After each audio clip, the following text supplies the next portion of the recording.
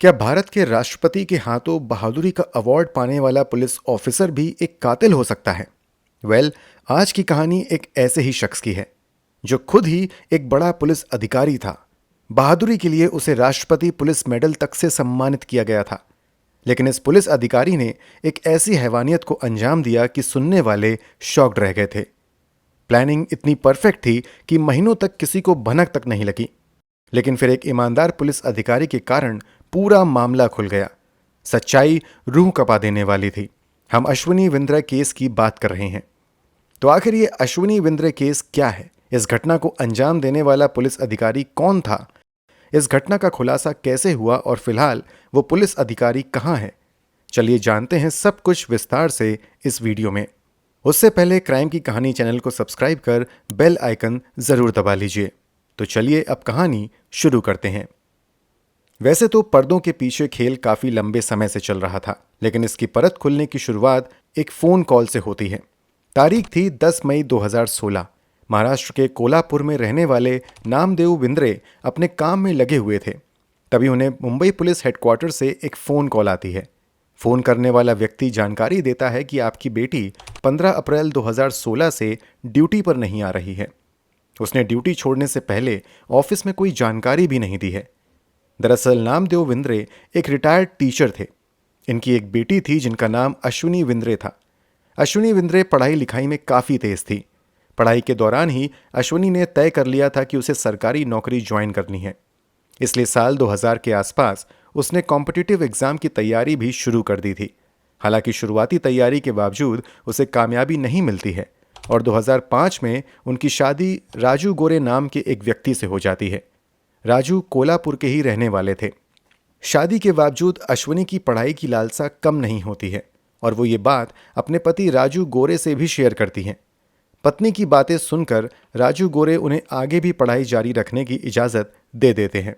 इस तरह शादी के बाद भी वो पढ़ाई लिखाई जारी रखती हैं। उन्हें कड़ी मेहनत का फल भी मिलता है। शादी के 2 साल बाद यानी 2007 में महाराष्ट्र लोक सेवा आयोग यानी एमपीएससी की परीक्षा पास कर जाती हैं। इस एग्ज़ाम में कामयाबी के बाद उन्हें महाराष्ट्र पुलिस में पीएसआई यानी पुलिस सब इंस्पेक्टर के पद पर ज्वाइनिंग मिल जाती है। अश्विनी की पहली पोस्टिंग पुणे में होती है। 3 साल तक वो यहीं काम करती रहती हैं। इसी दौरान 2010 में वो एक बिटिया को भी जन्म देती हैं। बिटिया के जन्म लेने के बाद उनकी पोस्टिंग सांगली में हो जाती है। यहाँ भी वो लगभग 3 साल तक काम करती हैं और फिर 2013 में इन्हें प्रमोशन मिल जाता है। प्रमोशन पाने के बाद वो पीएसआई से एपीआई यानी असिस्टेंट पुलिस इंस्पेक्टर बन जाती हैं। प्रमोशन के बाद उनकी पोस्टिंग रत्नागिरी होती है। रत्नागिरी में कुछ समय काम करने के बाद उन्हें नवी मुंबई ट्रांसफ़र कर दिया जाता है। अश्विनी की जितने भी ट्रांसफ़र हुए थे वो सब रूटीन ट्रांसफ़र थे। पुलिस विभाग में उनकी छवि एक ईमानदार और काम के लिए काफ़ी सीरियस रहने वाली अधिकारी के तौर पर बन गई थी। जब पुलिस हेडक्वार्टर से परिवार वालों को अश्विनी के बिना बताए गायब रहने की जानकारी मिलती है तो वो उन्हें फ़ोन करने की कोशिश करते हैं, लेकिन उसका नंबर स्विच ऑफ आता है। फ़ोन ना लगने के कारण अश्विनी के पिता काफ़ी परेशान हो जाते हैं और वो तुरंत इस बात की जानकारी अपने बेटे को देते हैं जो उस समय चेन्नई में रह रहे थे। जब बेटे से उनकी बात होती है तो वो बताता है कि ज़्यादा चिंता करने की ज़रूरत नहीं है, क्योंकि अश्विनी ने मुझे अप्रैल महीने में ही मैसेज किया था कि मैं कुछ समय के लिए उत्तराखंड जा रही हूँ। वहाँ मैं मेडिटेशन कैंप में रहूँगी। वो आए दिन मैसेज करती ही रहती है कि मैं ठीक हूँ। अमूमन ऐसे मेडिटेशन कैंप में जाने से पहले लोग मोबाइल स्विच ऑफ कर देते हैं या लिमिटेड यूज़ करते हैं। इसलिए परिवार वाले थोड़े रिलैक्स्ड हो जाते हैं कि शायद अब भी अश्विनी मेडिटेशन कैंप में ही होगी। इस कारण उसका मोबाइल स्विच ऑफ है। हालांकि दिल के इत्मीनान के लिए परिवार वाले अश्विनी के मकान मालिक से कांटेक्ट करने की कोशिश करते हैं ताकि अश्विनी के बारे में कुछ और जानकारी मिल जाए। जब ये लोग मकान मालिक से बात करते हैं तो उन्हें किसी राहत की बजाय परेशान करने वाली ही जानकारी मिलती है। मकान मालिक बताते हैं कि अश्विनी ने अब तक अप्रैल महीने का किराया भी नहीं दिया है। इतना ही नहीं, मैं उसे 15 अप्रैल से ही फ़ोन करने की कोशिश कर रहा हूँ, लेकिन उसका मोबाइल स्विच ऑफ आ रहा है। वो ये भी बताते हैं कि 15 अप्रैल के बाद उन्होंने अश्विनी को कहीं देखा भी नहीं है। अब यहाँ से परिवार वालों की चिंताएं बढ़ने लगती हैं। जल्द ही अश्विनी के भाई आनंद बिंद्रे नवी मुंबई के कलमबोली इलाके में जाकर उस फ्लैट पर जाते हैं जहां इन दिनों अश्विनी रह रही थी। वहां उन्हें ताला लटका हुआ दिखाई देता है। आनंद आसपास रहने वाले लोगों से बात करते हैं तो वो एक ही जवाब देते हैं कि पिछले कई हफ्तों से उन्होंने अश्वनी को देखा ही नहीं है।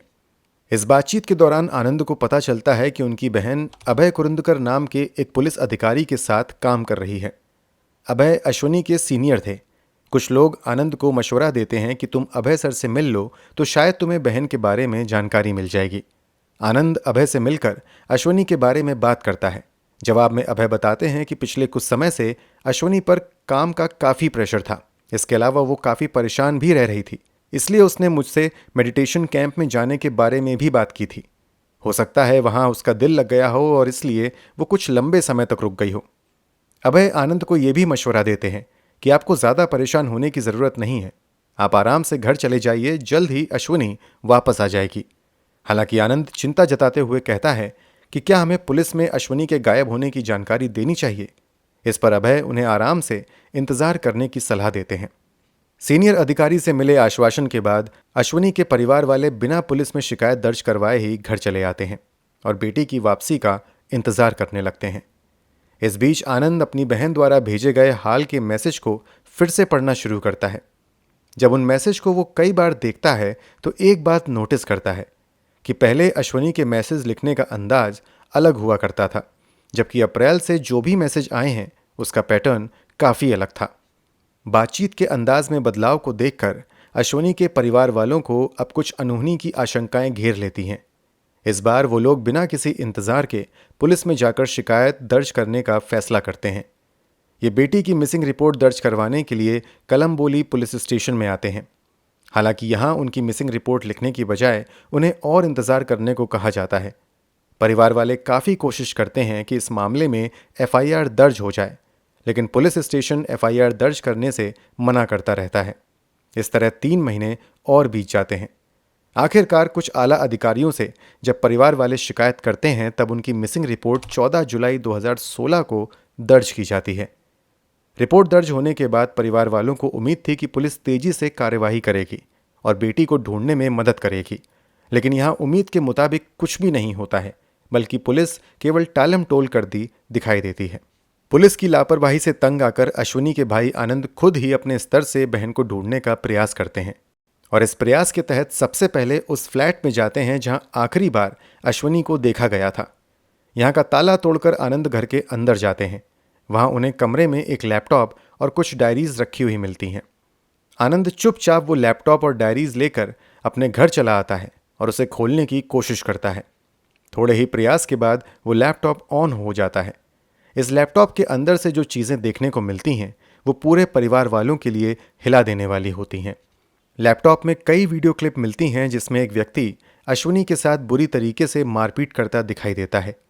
कई ऑडियो क्लिप मिलते हैं जिसमें अश्वनी को जान से मारने की धमकी, करियर बर्बाद करने की धमकी मिल रही थी। इतना ही नहीं, जब अश्वनी की डायरी पढ़ी जाती है तो उसमें अश्वनी ने कई सारी बातें लिखी हुई थी और आखिर में लिखा हुआ था कि मुझे जान का खतरा महसूस हो रहा है। अगर मुझे कुछ भी होता है तो इसका जिम्मेदार अभय कुरुंदकर होगा। ये अभय कुरुंदकर वही पुलिस अधिकारी थे जिसका जिक्र हमने अभी थोड़ी देर पहले किया था। अभय कुरुंदकर महाराष्ट्र पुलिस के एक सीनियर अधिकारी थे और इस समय वो महाराष्ट्र पुलिस में सीनियर पुलिस इंस्पेक्टर के पद पर थे। इनकी गिनती एक बेहद ही काबिल अधिकारी के तौर पर की जाती थी। इनकी काबिलियत का अंदाज़ा आप इस बात से लगा सकते हैं कि 2017 में अभय कुरुंदकर को राष्ट्रपति की ओर से प्रेसिडेंट पुलिस मेडल से भी सम्मानित किया गया था। ये इनाम पुलिस विभाग में लंबे समय तक बेहतरीन काम करने के लिए दिया जाता है। अब परिवार वालों को समझ आने लगता है कि जब ये लोग पहली बार अभय से मिले थे तो क्यों उसने उन्हें पुलिस में जाकर शिकायत दर्ज ना करने के लिए कहा था। इतना ही नहीं, वो अभय का ही प्रभाव था जिस कारण परिवार वाले 3 महीने तक संघर्ष करते रहे, लेकिन वो एफआईआर तक दर्ज नहीं करा पा रहे थे। अश्वनी के लैपटॉप और डायरी से अभय कुरुंदकर के खिलाफ कई सबूत मिल चुके थे। परिवार वाले ये सभी सबूत लेकर पुलिस स्टेशन जाते हैं, लेकिन इतनी एविडेंस होने के बावजूद अभय के खिलाफ कोई कार्यवाही नहीं की जाती है, बल्कि परिवार वालों को ही चुप रहने को कहा जाने लगता है। अश्वनी के परिवार वाले पुलिस के चक्कर लगाते रहते हैं, लेकिन उन्हें कहीं से कोई मदद नहीं मिलती है। थक हार कर परिवार के सदस्य मुख्यमंत्री के ऑफिस तथा बॉम्बे हाईकोर्ट तक सभी सबूत पेश करते हुए इस मामले में पुलिस को कार्यवाही करने का निर्देश देने का अनुरोध करते हैं। हालांकि हाई कोर्ट तक पहुंचते पहुंचते ये मामला 2017 तक खिंच जाता है। जब हाई कोर्ट में परिवार वाले अश्वनी की डायरी और लैपटॉप के बरामद एविडेंस पेश करते हैं तो हाई कोर्ट पुलिस को कड़ी फटकार लगाती है। हाई कोर्ट से ऑर्डर दिया जाता है कि जल्द से जल्द संबंधित पुलिस अधिकारी के खिलाफ एक्शन लिया जाए और उन्हें गिरफ्तार किया जाए। इतना ही नहीं, अदालत में ये बात सामने आती है कि पुलिस की शुरुआती जांच में ही अभय के खिलाफ डिजिटल सबूत मिल गए थे, लेकिन 2 पुलिस अधिकारी ने जानबूझकर उन सबूत को नज़रअंदाज किया ताकि अभय की गिरफ्तारी ना हो सके। पुलिस को कड़ी फटकार लगाते हुए अदालत जांच अधिकारी बदलने को कहती है। इसके बाद इस केस की जांच की जिम्मेदारी एसीपी संगीता शिंदे अल्फांसो को दे दी जाती है। हाई कोर्ट के निर्देश के बाद आखिरकार दिसंबर 2017 में नवी मुंबई पुलिस अभय कुरुंदकर को अश्वनी के लापता होने के मामले में गिरफ्तार करती है। हालांकि पहले तो केवल अश्वनी की गुमशुदगी की धाराओं के तहत ही मामला दर्ज किया गया था, लेकिन हाई कोर्ट के निर्देश के बाद पुलिस इस मामले में किडनैपिंग की धारा भी जोड़ती है। अभय की गिरफ्तारी के बाद अभय से पूछताछ शुरू होती है, लेकिन अभय एक ही बात दोहराता रहता है कि अश्वनी के करीब वो जरूर था, लेकिन अश्वनी के गायब होने के पीछे उसका कोई हाथ नहीं है। वैसे अभय खुद ही एक काबिल अफसर था और अपराधियों का झूठ पकड़ने में मास्टर था, इसलिए उसके लिए झूठ बोलना कोई बड़ी बात नहीं थी। इस केस की जांच अधिकारी इस बात को समझते हुए अभय से पूछताछ में समय बर्बाद करने की बजाय अभय के खिलाफ सबूत जुटाने में लग जाती हैं। सबसे पहले अभय की सीडीआर निकाली जाती है। इससे पता चलता है कि वो लगातार अश्वनी के कांटेक्ट में था। इतना ही नहीं, कुछ लोग इस बात की भी पुष्टि करते हैं कि आखिरी बार अश्वनी को अभय के फ्लैट के आसपास जाते देखा गया था। पुलिस को सीडीआर से यह भी जानकारी मिलती है कि कुछ नंबर और थे जिस पर अश्वनी के गायब होने वाली संभावित तारीख के आसपास अभय लगातार बातचीत कर रहा था। ये नंबर अभय के ड्राइवर कुंदन भंडारी और उसके करीबी दोस्त महेश फलनिकर का था। जब पुलिस इन तीनों नंबर की नेटवर्क लोकेशन की जांच करती है तो पता चलता है कि 11-12 अप्रैल 2016 की दरमियानी रात को एक समय ऐसा था जब इन तीनों की ही लोकेशन रात के सन्नाटे में वसई खाड़ी के पास एक साथ पाई गई थी। वहां ये तीनों लगभग 45 मिनट तक रुके हुए थे। आखिर इस तरह वहां रुकने के पीछे की वजह क्या थी? इस तथ्य को समझने के लिए अभय से लगातार पूछताछ होती है, लेकिन वो मुंह खोलने के लिए तैयार नहीं होता है। इस बीच बीतते समय के साथ साल बदलकर 2018 आ जाता है। पुलिस को सीडीआर के आधार पर 2 और सस्पेक्ट की लिस्ट मिल चुकी थी। उसी आधार पर पुलिस वाले अभय के बचपन के दोस्त महेश को मार्च 2018 में गिरफ्तार कर लेती है। ये अभय की तरह प्रोफेशनल नहीं था, इसलिए पुलिस की थोड़ी ही सख्ती के बाद इस केस में पुलिस वालों को बड़ा ब्रेक थ्रू मिल जाता है।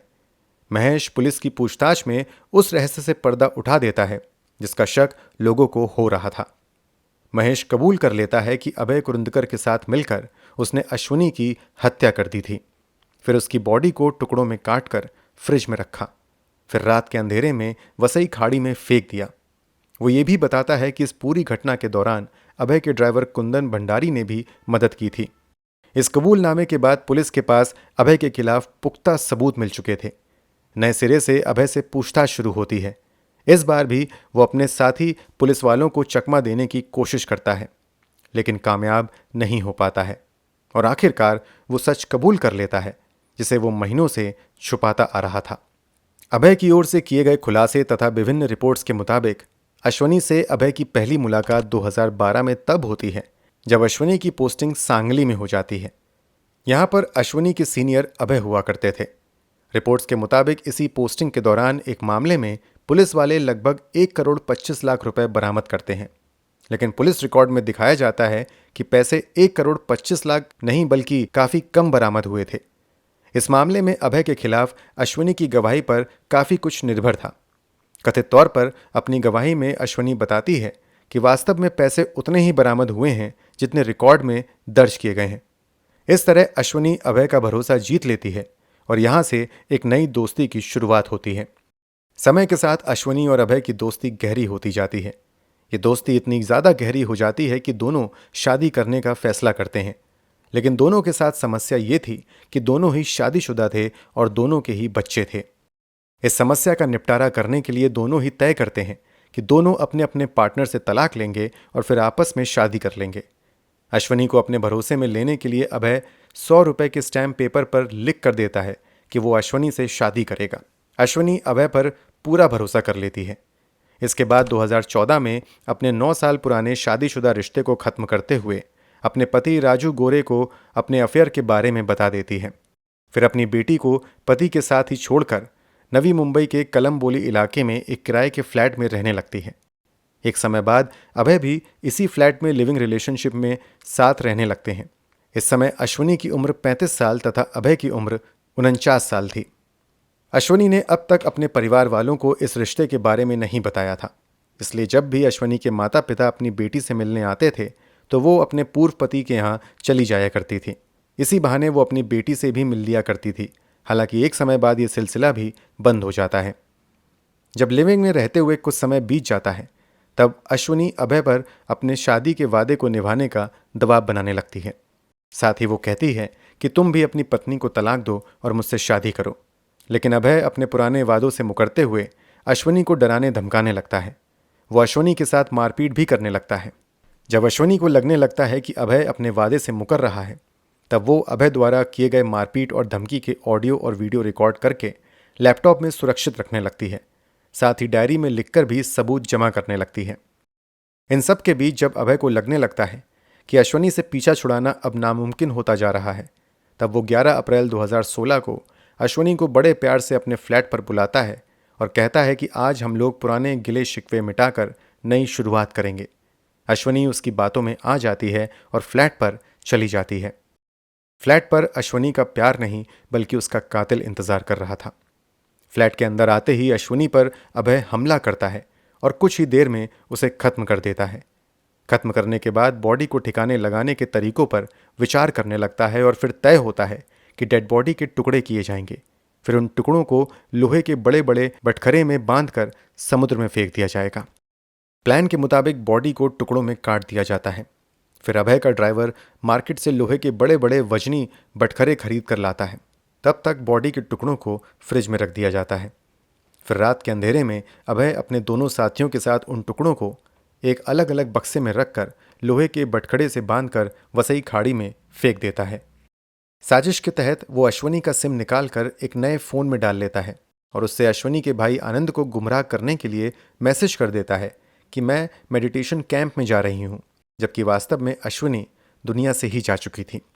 अभय के इस खुलासे के बाद पुलिस वाले अश्वनी के अवशेषों को ढूंढने के प्रयास में लग जाती है। क्योंकि काफ़ी समय बीत चुका था इसलिए शुरुआती खोज में कुछ भी नहीं मिलता है। आगे के प्रयास के तहत बॉडी ढूंढने में भारतीय नौसेना और कुछ बड़ी प्राइवेट एजेंसियों की भी मदद ली जाती है। सभी मॉडर्न टेक्नोलॉजी भी आजमाई जाती है, लेकिन लोहे के कुछ टुकड़ों को छोड़कर शरीर का एक टुकड़ा भी बरामद नहीं हो पाता है। बिन बॉडी के मिले अपराधियों को सज़ा दिलवाना लगभग असंभव सा लग रहा था।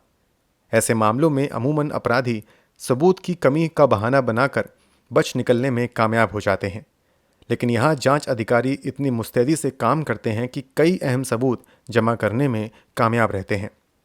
इस मामले में सबसे बड़ा सबूत वो मारपीट का वीडियो बनता है जो अश्वनी ने खुद ही रिकॉर्ड करके लैपटॉप में स्टोर किया था।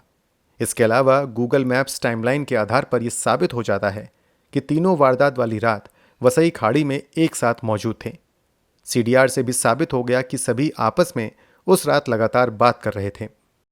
घर के अंदर वारदात को अंजाम देने के तुरंत बाद सबूत मिटाने के लिए अभय ने अपने घर को अंदर से पेंट करवा लिया था, लेकिन फॉरेंसिक टेस्ट में पेंट के अंदर खून के दाग मिल जाते हैं। इसके अलावा पुलिस उस दुकान का भी पता लगा लेती है जहां से बॉडी के टुकड़ों को पानी के भीतर डुबाने के लिए लोहे के बटखड़े खरीदे गए थे। इन सभी सर्कमस्टेंशियल एविडेंस को अदालत के सामने पेश किया जाता है। लंबे समय तक मामले की सुनवाई होती है और आखिरकार इस मामले में 21 अप्रैल 2025 को ऐतिहासिक फैसला सुनाया जाता है।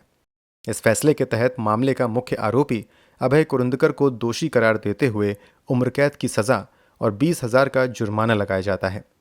उसे हत्या, अपहरण, सबूत मिटाने, धोखा देने और पुलिस रजिस्टर में झूठी एंट्री करने का दोषी पाया जाता है।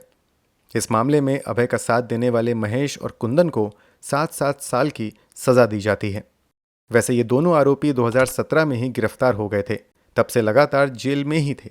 2025 में जब इनकी सज़ा का ऐलान हुआ तब तक उनकी गिरफ्तारी को ऑलरेडी 7 साल से ज़्यादा हो चुके थे।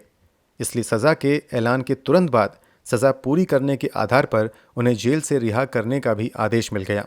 और ये दोनों जेल के बाहर आ गए। इस मामले में राजेश पाटिल नाम के एक और व्यक्ति को आरोपी बनाया गया था, लेकिन उसे सबूत की कमी के आधार पर इस मामले में बरी कर दिया गया। इतना ही नहीं, अदालत ने इस बात पर भी नाराजगी जताई कि जिस व्यक्ति पर हत्या जैसे गंभीर मामले चल रहे थे, उसे पुलिस विभाग की ओर से राष्ट्रपति मेडल के लिए कैसे नॉमिनेट किया गया। अदालत की आलोचना के बाद सरकार ने राष्ट्रपति को अभय कुरुंदकर से मेडल वापस लेने के लिए पत्र भी लिखा था। कुल मिलाकर अश्विनी एक बेहतर जिंदगी जी रही थी, लेकिन एक गलत इंसान पर भरोसा करने और एक गलत फैसले के कारण उसकी हंसती खेलती जिंदगी बर्बाद हो गई। दोस्तों, जो उचित था वो सज़ा अदालत ने गुनहगारों को दे दी है, लेकिन आपके अनुसार उन्हें क्या सज़ा मिलनी चाहिए, कमेंट बॉक्स में ज़रूर बताएं। अगर आपको हमारी मेहनत पसंद आई हो तो इस वीडियो को लाइक करते हुए शेयर भी करें। अगर अब तक आपने क्राइम की कहानी चैनल को सब्सक्राइब नहीं किया है तो जल्दी से चैनल सब्सक्राइब कर बेल आइकन भी दबा लें। क्राइम की दुनिया से जुड़ी ऐसी ही कहानियों के लिए हमारे साथ जुड़े रहें। धन्यवाद।